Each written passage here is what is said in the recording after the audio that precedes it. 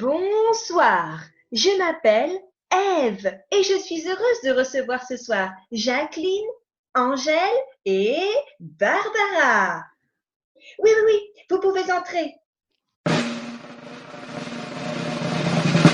Jacqueline, mais totale. Jacqueline. Bonjour.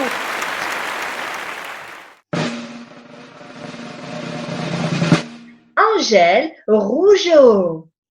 Coucou tout le monde, c'est Angèle.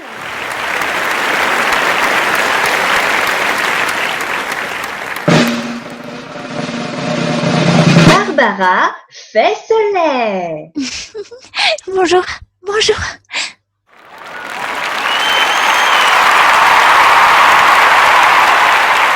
Nos trois candidates sont accompagnées, comme vous le savez, de leur objet témoin, leur objet vérité, pour notre jeu vérité. Jacqueline, je vois que vous êtes accompagnée d'une cuvette.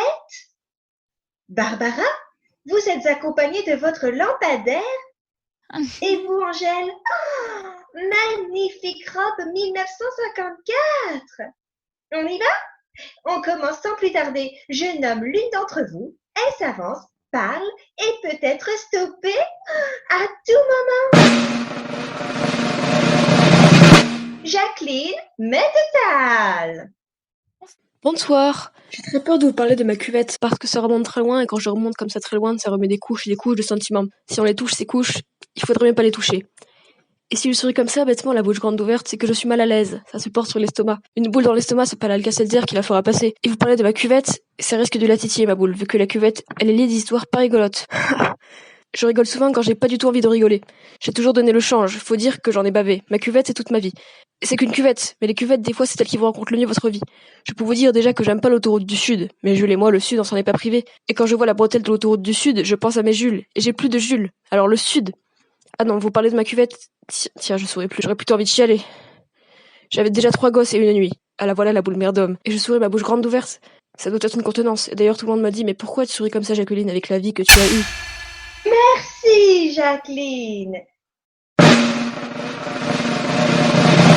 Angèle Rougeau. Bonsoir. Ne vous étonnez pas si je lève souvent les sourcils, ce n'est pas un tic. Ou pas du tout, c'en est un. Mais, j'ai pas parlé. Barbara Fesselet. Bonsoir, je suis très contente d'être là. Ma vie, c'est tellement un désert. Qu'est-ce que c'est lourd, cette cochonnerie. J'aurais pu apporter une gourmette ou un vase, mais j'ai choisi le lampadaire. C'est le témoin numéro 1, hein. Tu connais ma vie par cœur. J'ai bien une collection de cartes postales, mais la Bretagne, la Suisse, le Jura, la Côte d'Azur.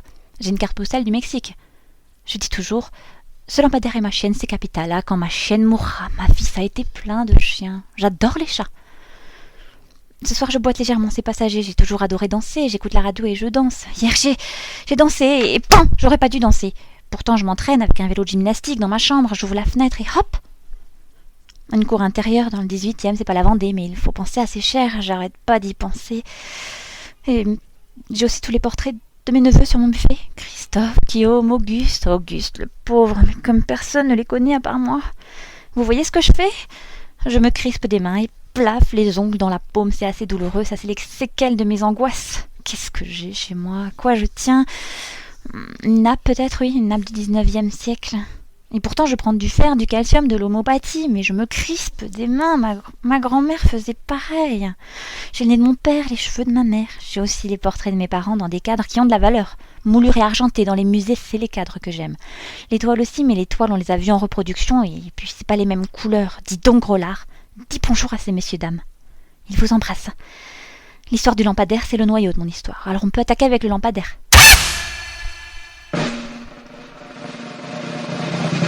Dois-je dire du mal de celui qui est mon mari? Ah, mon pauvre Seigneur, quelle est la langue qui caressera ta renommée? Quand moi, ton épousée depuis 3 heures, je la déchire. Mais pourquoi, méchant, as-tu tué mon cousin? C'est que sans cela, ce méchant cousin aurait tué mon Roméo. Arrière, l'âme folle, retournez à votre source naturelle. Il n'appartient qu'à la douleur ce tribut que par méprise vous offrez à la joie.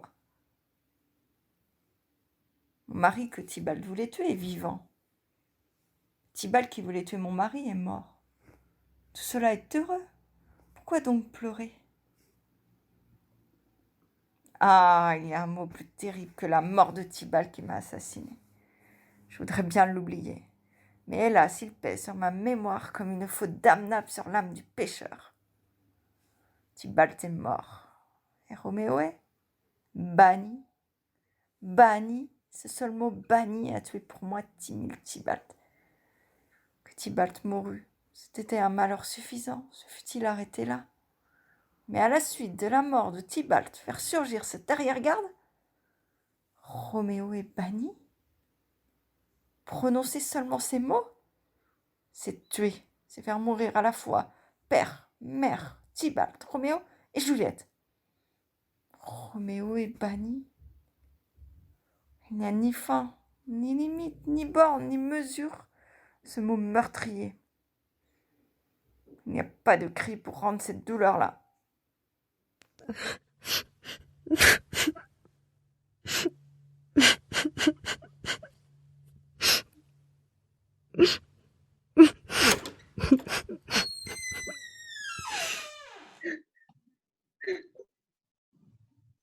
Eh bien, comment êtes-vous, Juliette? Je ne suis pas bien, madame. Toujours à pleurer la mort de votre cousin? Prétends-tu donc le laver de la poussière funèbre avec tes larmes? Quand tu y parviendrais, tu ne pourrais pas le faire revivre. Cesse donc. Un chagrin raisonnable prouve l'affection. Mais un chagrin excessif prouve toujours un manque de sagesse. Laissez-moi pleurer encore une perte aussi sensible. Vous ne sentirez que plus vivement cette perte, sans sentir plus près de vous l'ami que vous pleurez. Je sens encore si vivement la perte de cet ami que je ne puis m'empêcher de le pleurer toujours. Ce qui te fait pleurer, c'est moins de le savoir mort que de savoir vivant la femme qui l'a tué. Quelle infâme, madame! Eh bien, cet infâme Roméo! Entre un infâme et lui, il y a bien des milles de distance. Que Dieu lui pardonne. Moi, je lui pardonne de tout mon cœur. Et pourtant, nul homme ne navre mon cœur autant que lui. Parce qu'il vit, le traître. Oui, madame, et trop loin de mes bras. Que ne suis-je seule, chargée de venger mon cousin? Nous obtiendrons vengeance. Sois-en sûr. Ainsi, ne pleure plus. Je ferai prévenir quelqu'un à mon tour. Où vit maintenant ce vagabond banni? On lui donnera une potion insolite, qu'il l'enverra vite tenir compagnie à Tybalt. Et alors, j'espère que tu seras satisfaite. Je ne serai vraiment satisfaite que quand je verrai Roméo. Supplicié, torturé est mon pauvre cœur depuis qu'un tel parent m'est enlevé. Ah, madame, trouvez seulement l'homme pour porter le poison. Moi, je le préparerai. Et si bien qu'après l'avoir pris, Roméo dormira vite en paix. Oh, quelle horrible souffrance pour mon cœur de l'entendre nommer, sans pouvoir aller jusqu'à lui, pour assouvir l'amour que je portais à mon cousin sur le corps de son meurtrier. Trouve les moyens, toi. Moi, je trouverai l'homme. Maintenant, fille, j'ai à te dire de joyeuses nouvelles. La joie est la bienvenue quand elle est si nécessaire. Quelles sont ces nouvelles? J'adjure votre grâce. Va, mon enfant, tu as un excellent père.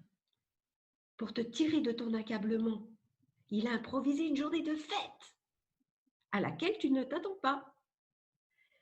Et que je n'espérais guère. Quel sera cet heureux jour, madame? Eh bien, mon enfant, jeudi prochain, de bon matin, un galant, jeune et noble gentilhomme, le comte Paris, te mènera à l'église Saint-Pierre et aura le bonheur de faire de toi sa joyeuse épouse. Ah, par l'église de Saint-Pierre et par Saint-Pierre lui-même, il ne fera pas de moi sa joyeuse épouse. Je m'étonne de tant de hâte, madame. Ordonnez ma noce avant que celui qui doit être mon mari m'ait fait sa cour. Je vous en prie, madame, dites à mon Seigneur et Père que je ne veux pas me marier encore. Si je me marie, je le jure, ce sera plutôt à ce Roméo que vous savez haï de moi, au comte Paris. Voilà des nouvelles vérités. Voici votre père qui vient. Faites-lui vous-même votre réponse et nous verrons comment il la prendra.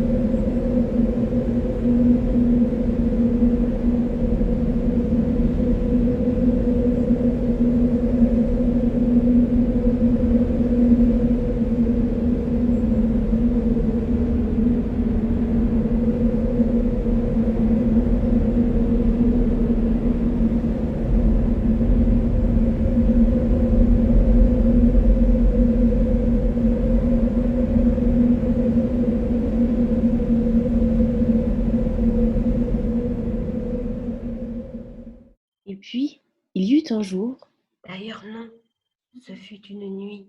une affreuse nuit. Épouvantable nuit. Transitoire acte de l'opérette à rallonge, avec tempête. Rafale.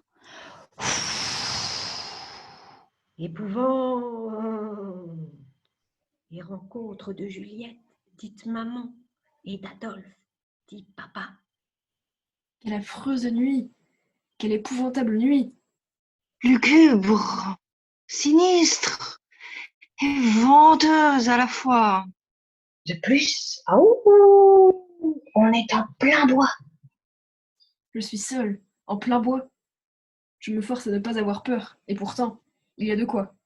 Et comment? Brrr. Une fois de plus, c'est la guerre. La deuxième, ce coup-ci, on la nomme. Saleté de guerre! L'ennemi rôde, l'ennemi patrouille, même en plein bois. Quand il fait nuit, ça lui arrive. Maman revient de la ville. Son père, sa mère, ses frères, ses sœurs, ses deux tantes et son oncle, ses grands-parents et même le voisin l'ont expédié depuis le matin à la ville pour aller faire un petit marché. Elle en a plein la valise. Saleté de valise! C'est lourd, ça pèse. Il y a de quoi. Saleté de cochon, saleté de volaille, saleté de coton, saleté de sucre. Je n'en peux plus. Je m'assois. Elle s'assoit sur une souche là, en plein bois, dans le noir, au beau milieu de l'affreuse nuit. Ça ulule dans le silence. Ça craque dans les ténèbres. Ça y est, j'ai peur. Je n'aurais pas dû m'asseoir. Je n'ai plus de courage. Je n'ai plus de volonté. Je suis trop jeune pour faire ce genre de choses. Les alentours sont si funèbres qu'elle commence à trembler, puis se met à pleurer sur sa souche, se morigène et entame un petit air pour se redonner courage. Nuit de Chine, nuit câline, nuit d'amour. Mais l'horreur est partout. Elle va mourir de terreur. Non! Je ne suis pas venue au monde pour finir là. Alors, elle chante un peu plus fort. Nuit câline, nuit de line. C'est là qu'arrive papa. C'est là qu'arrive papa. C'est là qu'arrive papa. C'est là qu'arrive papa. Brum, brum, brum, brum. Une auto. Ennemi? Ami? Ultime terreur. Maman bondit sur ses pieds, ressaisit la valise et va sauter dans le fossé quand deux phares la balaient. La stoppe dans son élan. Je suis faite et refaite. Saleté de couvre-feu. L'autopile. Papa sort. Alors, Alors quoi? toute seule, en plein bois, la nuit. On est en guerre. L'ennemi n'est pas loin. Faites voir. Si jeune encore, avec tous ces bagages. Et vous-même? Que faites-vous dehors, monsieur? À cette heure? Moi-même, je suis soldat, en service commandé. Service commandé. Je reviens de la ville, où on m'envoya chercher chez quelque apothicaire un remède efficace destiné à soulager con- constipation de mon côlon. Voilà 10 jours que mon gradé se tord. J'ai donc bravé la nuit, le feu, la foudre et la forêt obscure pour rapporter au galonné l'élixir que voici. Voilà, je vous ramène. Maman hésite. J'hésite. Je ne vous connais pas. Je m'appelle Adolphe. Adolphe. Prénom funeste, mon Dieu. Elle en retombe sur sa souche. Et moi, bien légitime. J'en ai 2 autres au choix. Et puis quoi d'autre encore? J'ai un gallon et demi. Que dire de plus? Je suis de Normandie. Tout ça ne me dit rien. Je me méfie. Normal. Par les temps qui courent. Alors, vous montez ou vous ne montez pas? Je me tâte. Vous préférez les bois, les bêtes, les boches à moi-même? Adieu, Nénette. Vexé, remonte dans son auto. Maman, alors, n'hésite plus. Il s'élance, rejoins papa. Je vous suis. Ramenez-moi. J'habite à 200 pas. J'ai une grande famille. 6 sœurs, 3 frères, 35 cousins, 18 ans dans 5 mois. Je mesure 1,50 m. Je reviens du marché. J'ai eu un gros poulet, un jambon de Paris, 2 mètres de boudin, un coupon de coton, une livre et demie de sucre. J'arrive au bout du chemin, mais je n'en peux plus. Soupesez la valise. J'ai des chaussures en bois. Papa triomphe. Maman tremble.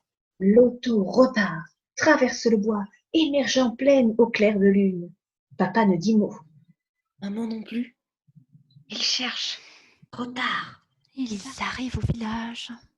Un clocher, une girouette. La place de la mairie avec bal en temps de paix au 14 juillet. J'habite ici. Où c'est tout noir. Ils ont éteint. Ils sont couchés. Mais ils auraient pu m'attendre. Saleté de famille. Non! Papa, coincé, troublé, ne peut plus rien piper.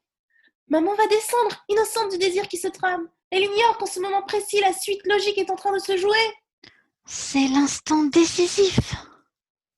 Maman ouvre la portière, s'apprête à dire merci. Papa va se dire, vas-y. Il n'a pas le temps de se le dire. Il plonge sans réfléchir vers la portière, empoigne maman qui empoignait la valise pour sortir de l'auto. Maman trébuche. Maman pousse un petit cri. Quoi? Maman tombe dans les bras de papa. C'est fait! Nuit de Chine, nuit câline, nuit d'amour. Nuit de Chine, nuit câline, nuit d'amour.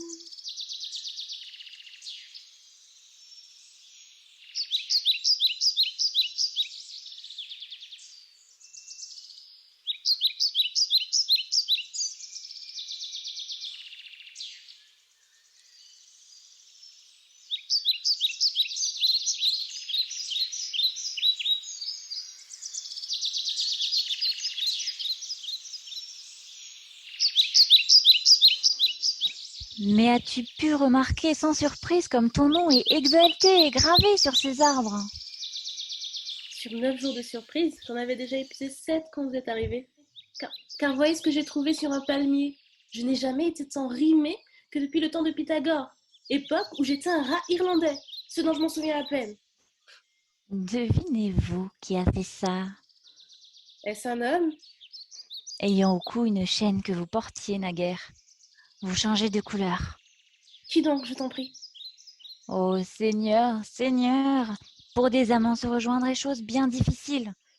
Mais des monts peuvent être déplacés par des tremblements de terre et ainsi se rencontrer. Ah ça, qui est-ce? Est-il possible? Voyons, je t'en conjure avec la plus suppléante véhémence. Dis-moi qui c'est?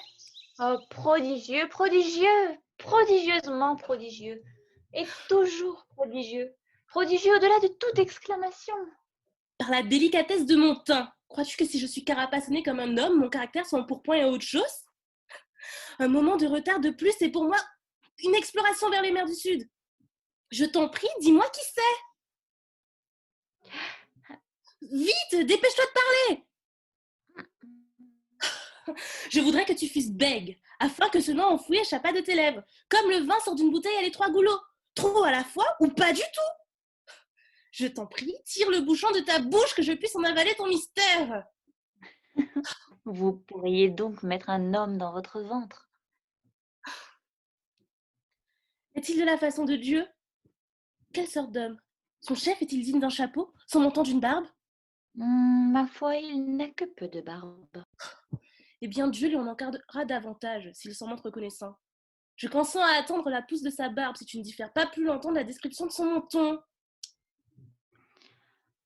C'est le jeune Orlando, Hein? celui qui au même instant a culbuté le lutteur et votre cœur. Allons, au diable tes plaisanteries, parle dans ton sérieux et en verge sage. En vérité, petite cousine, c'est lui, Orlando? Orlando.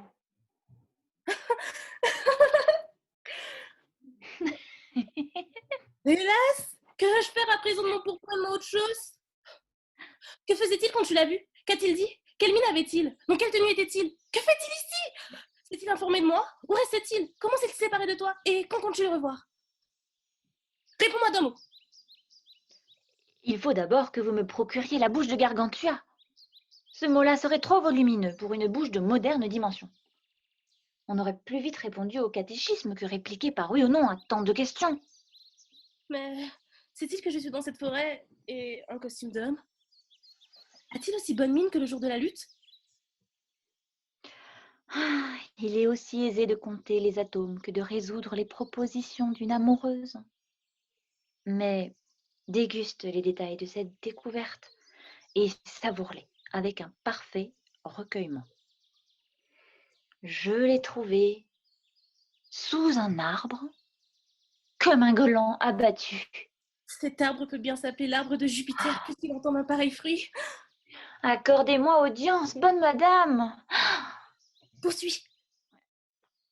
Il était donc là, gisant tout de son long, comme un chevalier blessé. Si lamentable que pût être ce spectacle, cela devait bien faire dans le paysage. Crie halte à ta langue, je t'en prie. Elle fait des écarts bien intempestifs. Il était vêtu en chasseur. Sinistre présage. Il vient de me passer le cœur. Je voudrais chanter ma chanson sans refrain. Tu me fais toujours sortir du ton. Savez-vous pas que je suis femme? Quand je pense, il faut que je parle. Cher, continuez.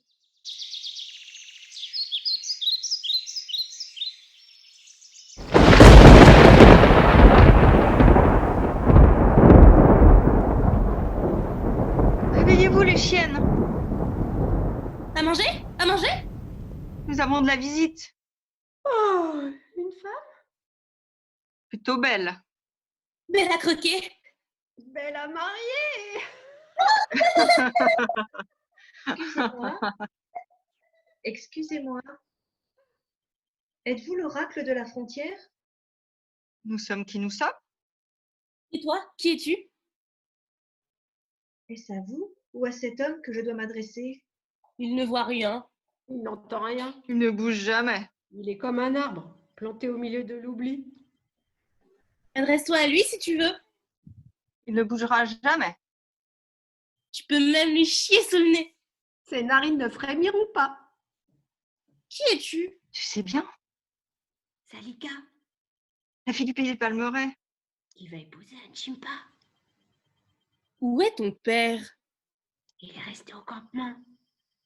Il attend avec inquiétude que l'oracle soit rendu. Oui, il a hâte de savoir s'il doit reprendre la route pour aller te marier. Pour rebrousser chemin pour te ramener à ta mère. Vous connaissez Kanotimba? Belle famille.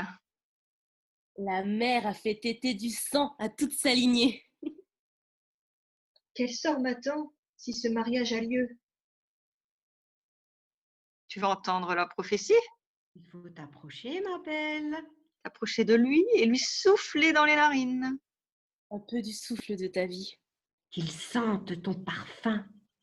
Qu'il inhale un peu de ta vie. Il faut t'approcher. Soufflez. et poser tes questions. Je souffle.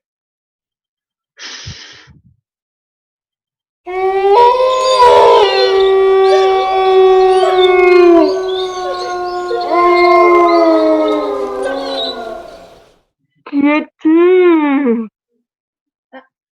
Alika, Qui es-tu?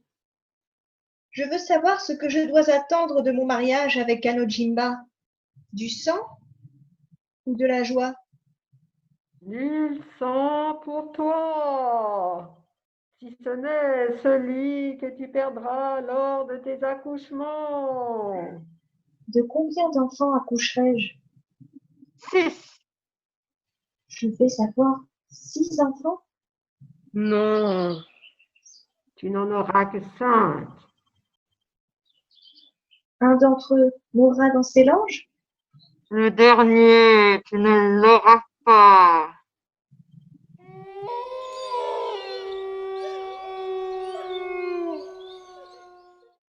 Oh, Va-t'en maintenant. laisse-nous dormir. Laisse-nous. Le sommeil s'empare de nous à nouveau.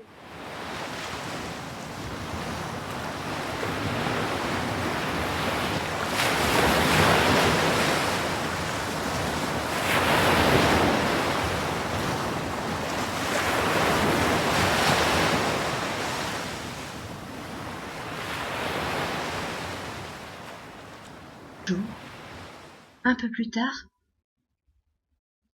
j'ai compris qu'on pouvait dans cette vie retrouver l'innocence. Jules a eu une embolie. Il est mort devant moi, sans rien me dire, sans que le sang coule. Peut-on mourir? Je me suis demandé à l'époque, avec tout son sang encore en dedans.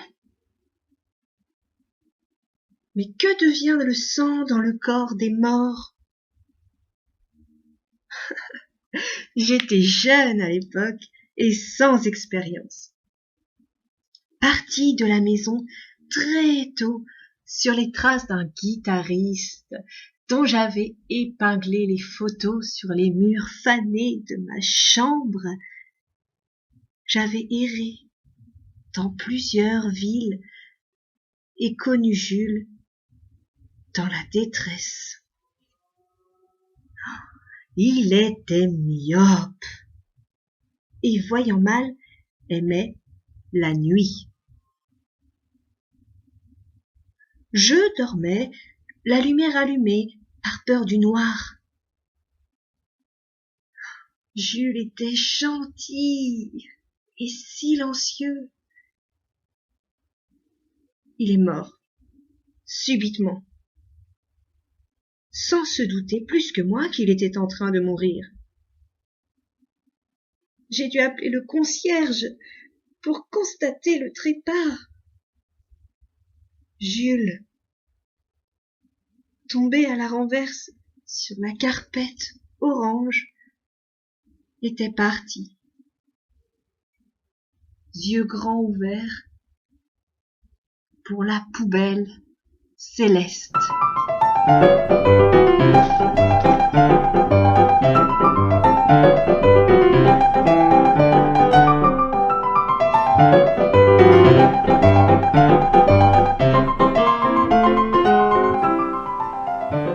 Après Selim, j'ai eu le sentiment de renouer avec le monde, le terre-à-terre, bien de chez nous.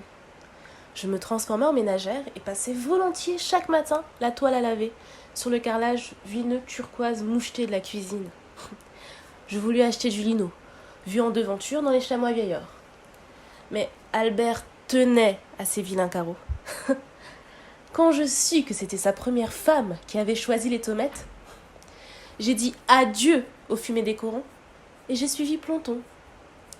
Celui-là portait mal son nom. C'était un voyageur, sur terre, exclusivement. Il avait le mal de mer. à tel point que le vent passant dans les champs de blé pas mûrs lui donnait mal au cœur. Il était joli, Ponton. Il était roux et blanc, comme un chat que j'ai eu étant petite et qui s'appelait Jaco. On arpenta l'Europe, de janvier à octobre. Chaque nuit, je sombrais dans des puits. Ce fut un scintillement ininterrompu. Regrettais-je alors Albert? Ces noirs éclats d'anthracite qui illuminaient mes songes? Pour moi, ça ne faisait plus aucun doute. C'était déjà la nostalgie du mineur qui me prenait là. Je n'ai jamais su profiter du présent. Le lendemain, Planton m'entraîna ailleurs. Et puis un beau jour, Planton m'a plaqué. Nous étions sous la tente canadienne, au fond d'un bois, à l'automne. Les châtaignes étaient tombées sur la toile toute la nuit. Je n'avais pas fermé l'œil. Je m'étais endormie au petit matin. Au réveil, aux l'humiliante surprise. J'étais au milieu des bogues et des feuilles mortes. Sur le tapis de sol, roulé dans mon sac à viande, le ciel éclatant au-dessus de ma tête, Planton, la tente et la voiture s'étaient envolés vers d'autres territoires. Je décidai de ne plus aimer.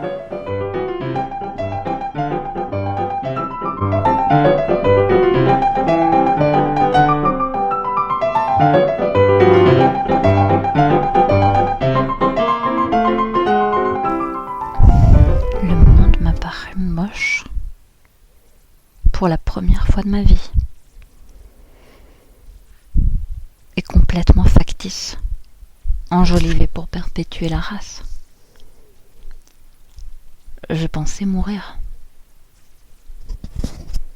Je repensais à Jules, à son teint laiteux de mort, au-dessus du costume noir et gris. Il était beau. Je fermais les yeux longuement, fascinée par le souvenir vivant de cette face qui semblait avoir bu à elle seule toute la lumière du jour. Je rêvais de lui, une semaine entière, debout dans la clarté douce et pâle de l'éternité. Des lanternes rondes et blanches diffusaient un éclat sourd sur ce gentil Jules que j'avais, je l'admets, oublié un peu vite. Une semaine entière, je crus bien que j'allais finir par aller le rejoindre. La nuit me réconciliait avec moi-même. Je me sentais meilleure. L'espoir s'éteignait au matin. Je retombais alors dans l'ici-bas. La caravane bariolée, les fourrures synthétiques de Mario, l'acrobate du cirque Lulu, devinrent mon enfer personnel. Je perdis ma dignité. Je dévalai la pente. Je fus sauvée par Mimi, la souris blanche qui s'attacha à moi. Pour elle et ses yeux roses, je remontais les étages et m'enfuis. J'atterris dans les neiges éternelles. Mimi mourut par -35. Je l'enfuis dans un petit mouchoir, un carreau mauve qui me venait de ma mère, à l'ombre bleue d'un grand sapin. Je pleurais. Mes larmes tombaient une à une, creusant des ruisseaux de douleur dans la croûte de glace.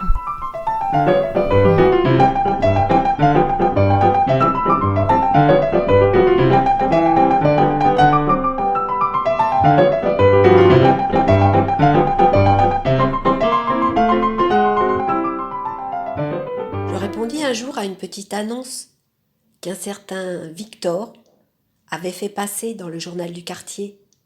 On me fixa rendez-vous au musée, devant un tableau intitulé « Triangle orange sur fond vert ». J'achetai le catalogue et cherchai l'œuvre. Elle y était, page 38, salle 12. C'était un grand tableau, très simple, représentant en effet un triangle pointant bas sur fond vert. Devant se trouvait un homme en chemise hawaïenne et short fluorescent. « Monsieur Victor ?» demandai-je en clignant des yeux devant le choc chromatique que me causait le spectacle. « Non, me répondit-on. Je m'appelle Antoine. » La lumière d'un ciel citadin nous dégoulinait dessus par les grandes verrières du plafond. Victor avait du retard. Je tournais le dos au triangle et me trouvais face à un rond rouge mal peint sur du bleu écaillé. Je me penchais pour regarder la date. Ah, ça n'avait que 10 ans d'âge. Ah, je n'aimais pas ça, mais vraiment pas. Ça me rappelait le papier peint de Nico. Je refis volte-face. Antoine et son short exotique étaient partis, remplacés par un très petit homme en noir, à très petite tête toute blanche. C'était Victor. Il avait une barbiche. Il cherchait une muse. Victor, voyez-vous, pétrissait la glaise et la terre, vous torturez tout ça avant cuisson.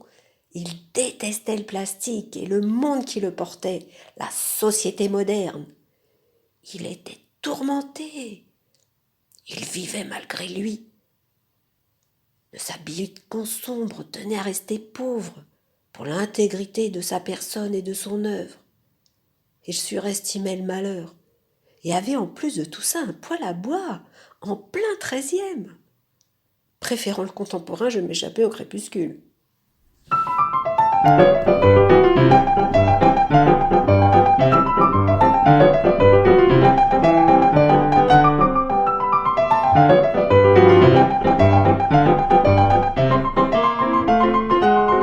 Je parcourais le monde toute seule à la recherche de Marcel. Raymond suivait. La robe à pois vieillie. Je ne vis rien, ou pas grand-chose. Je courais. Je ne rêvais plus. Sauf de Marcel, que je passais mon temps à rater. Je débarquai un beau matin au pays de Sélim. C'était tout jaune pelé, écrasé par des cieux pâles. Je mettais pas même le désert, c'est pour vous dire. Dans un souk, Raymond se fit faire botter sa laisse et son collier à clous. Puis le lendemain, c'est Raymond lui-même que je perdis. Je le cherchais partout. J'en oubliais Marcel. J'étais fauché. Je connus un homme, dont j'ai oublié le nom. Il avait les yeux verts. Et 4 ou 5 épouses. Ce n'était pas mon genre. Je repartis à zéro et retrouvai Raymond, un vrai miracle, errant sur un quai grouillant de monde et empestant la frite. Je ne croyais à plus rien. Ou à si peu de choses. J'étais lasse. À quoi m'avait servi de divaguer comme une mendiante aux 4 coins de cette terre, qui n'avait rien à m'offrir d'autre que les coups de langue d'un chien? Au 15e mois, je rentrais chez nous. Marcel revenu revenait de partir. Je voulais voir du vert, mais l'hiver avait tout balayé. Je dus me contenter de toute la gamme des bruns. Le blanc était sale, le gris uniforme, et le noir tout bouché.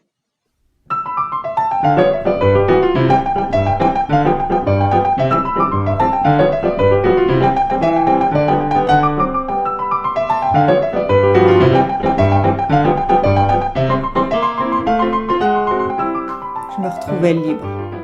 Libre de quoi? Je me le demande. J'avais perdu Prosper en pourchassant Marcel. J'avais gardé de mes périples une incroyable fatigue. Je pensais me faire psychanalyser à un moment. C'est alors qu'entra dans ce qui me restait de vie un New-Yorkais poivre et sel. Il se disait gangster. Il portait jusque dans son bain des lunettes noires, un chapeau blanc rabattu sur le front. Il avait des bijoux partout et une tache de vin sur la joue. Il me voulut blonde. Je me fis teindre en blonde, puis en auburn, et en le quittant, revint aux origines. Le roux flamboyant fait un moment à la mode. J'y tâtais comme tout le monde et décrochais grâce à ça un emploi de barmaid aux 3 capitaines. Le patron me dit « Tu t'appelleras Agatha ». Je vivais à l'hôtel. Ma sœur débarquait un soir à 7h. Elle avait fui le domicile conjugal. Le gendarme la frappait tous les jours à la même heure, et ce, depuis 2 ans. la présentai aux 3 capitaines. Elle ne fit pas l'affaire. Elle avait, nous dit le patron, une tête de victime. Et dans la boîte, on n'embauchait pas les gens affublés d'une tête de victime.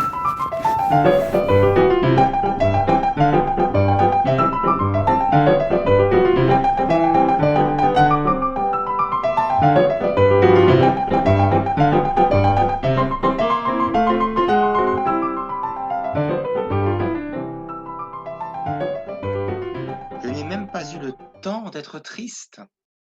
Entre les obsèques, l'assurance et les papiers. Et Monique qui me tanne avec les notes du dentiste.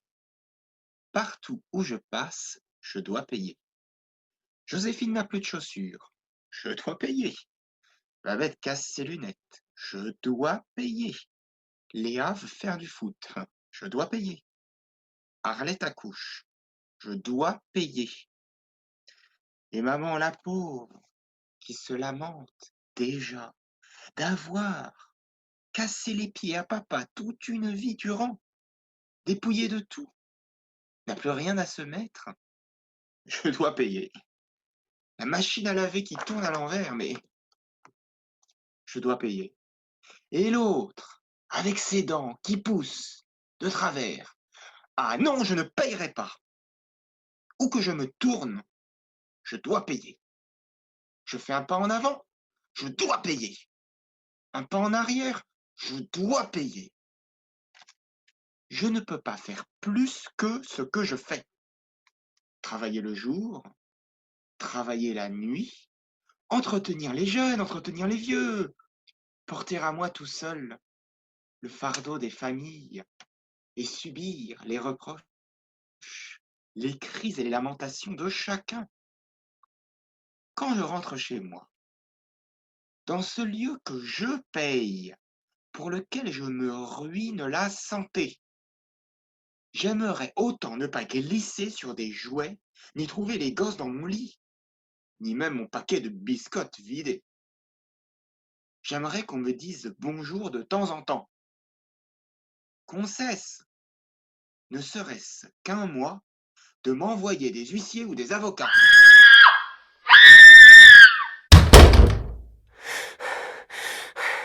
Madame, madame, Qu'y a-t-il? monsieur, c'est affreux. Monsieur est mort sur son lit, un couteau dans le dos, le sang. Vous êtes folle. Qu'est-ce que vous dites? Monsieur est mort. Et le sang partout. Catherine s'élance et disparaît dans la chambre, tandis qu'on fait asseoir Louise. Toutes les femmes font un groupe autour d'elle. Gabi fait un pas vers l'escalier quand Catherine sort de la chambre, hurlante comme folle, claquant la porte. Elle se précipite dans les bras de sa mère. Petite fille, ma chérie. Quel horrible spectacle pour cet enfant. Nerveuse comme elle est. Occupez-vous d'elle. Gabi gravit l'escalier lentement. Toutes immobiles suivent des yeux Gabi qui tremble. Elle s'adosse à la rampe, soudain pétrifiée par la peur. Susan va vers elle, la retient par le bras. Maman, n'entre pas. Attends une seconde. Maman, personne ne doit entrer dans la chambre. Qu'est-ce que tu dis? Je dis ce que tout le monde ici oublie de dire. Personne ne doit toucher à quoi que ce soit dans cette chambre avant l'arrivée de la police. Mais ma petite fille... Elle a raison, maman. C'est trop grave. N'entre pas dans la chambre. La police? La police? Tu ne veux tout de même pas dire que je ne dois pas entrer voir Marcel? Police. Mais enfin, dites quelque chose. Gabi, je ne sais pas. Catherine a peut-être raison. Les journaux disent toujours ça, de ne toucher à rien. Pour les empreintes. Maman, viens. Non. Non. Je dois entrer.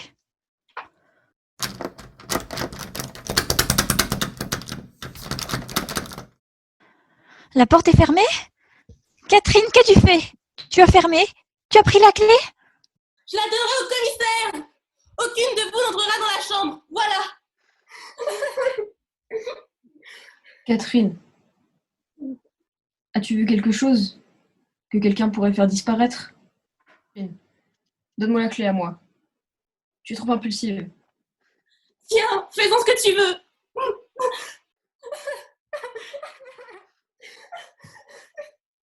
Elle donne la clé à Susan et va pleurer comme une petite bête blessée dans les bras de Chanel. As-tu le courage, Susan, de... Oui, maman. Nous devons voir. Susan monte l'escalier, suivie de Gaby et d'Augustine. Susan ouvre et elle voit le spectacle. Elles sont pétrifiées sur le palier. Soudain, Catherine, comme hystérique, bondit en s'accrochant à elle, hurlant. C'était la dernière imprudence. L'assassin est peut-être encore dans la chambre. Elle a raison, oui. Fermons vite.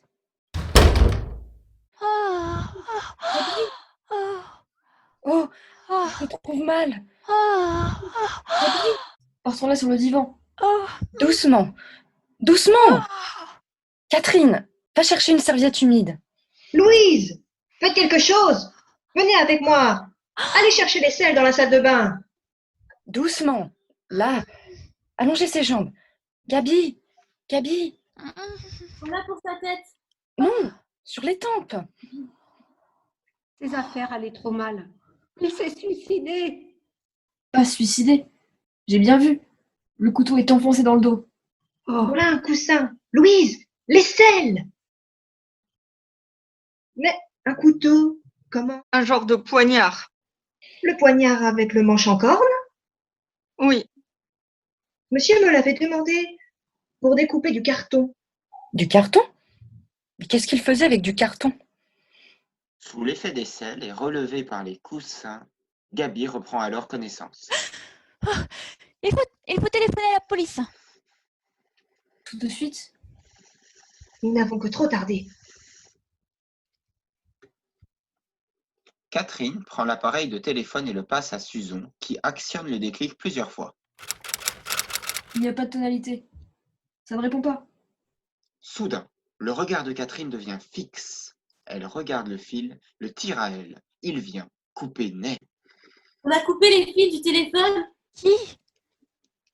Quelqu'un.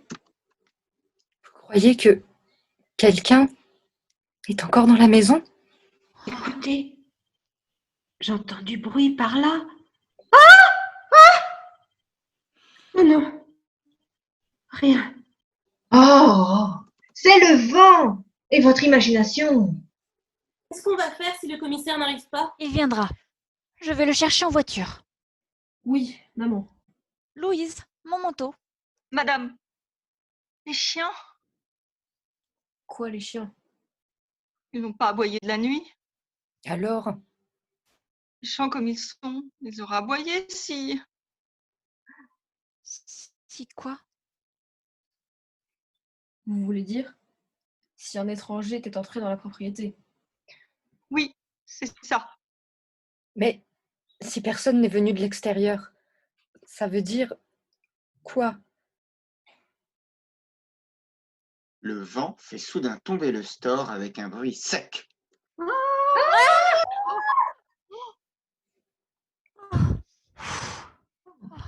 Ça n'est plus tenable. Il faut que vous alliez voir. Oui, il faut que madame aille voir. Oui? Il faut que quelqu'un prenne cette initiative. Susan? Oui. Il faut. Je suis cardiaque. Je ne peux pas marcher, moi. On se tourne vers Louise qui se met à sangloter. Non. Si je comprends bien, personne n'ose bouger. Madame Chanel a un petit geste de frayeur qui se répercute sur les autres. Madame Chanel, arrêtez de pousser des cris. Que s'est-il passé? Hier soir. Rien de spécial. Ton père est rentré vers les 8 heures, nous avons dîné, puis il s'est retiré dans sa chambre pour travailler. Il n'a pas reçu de visite? Non, Pas de coup de téléphone? pas que je sache. On aurait entendu la sonnerie. C'est un vagabond.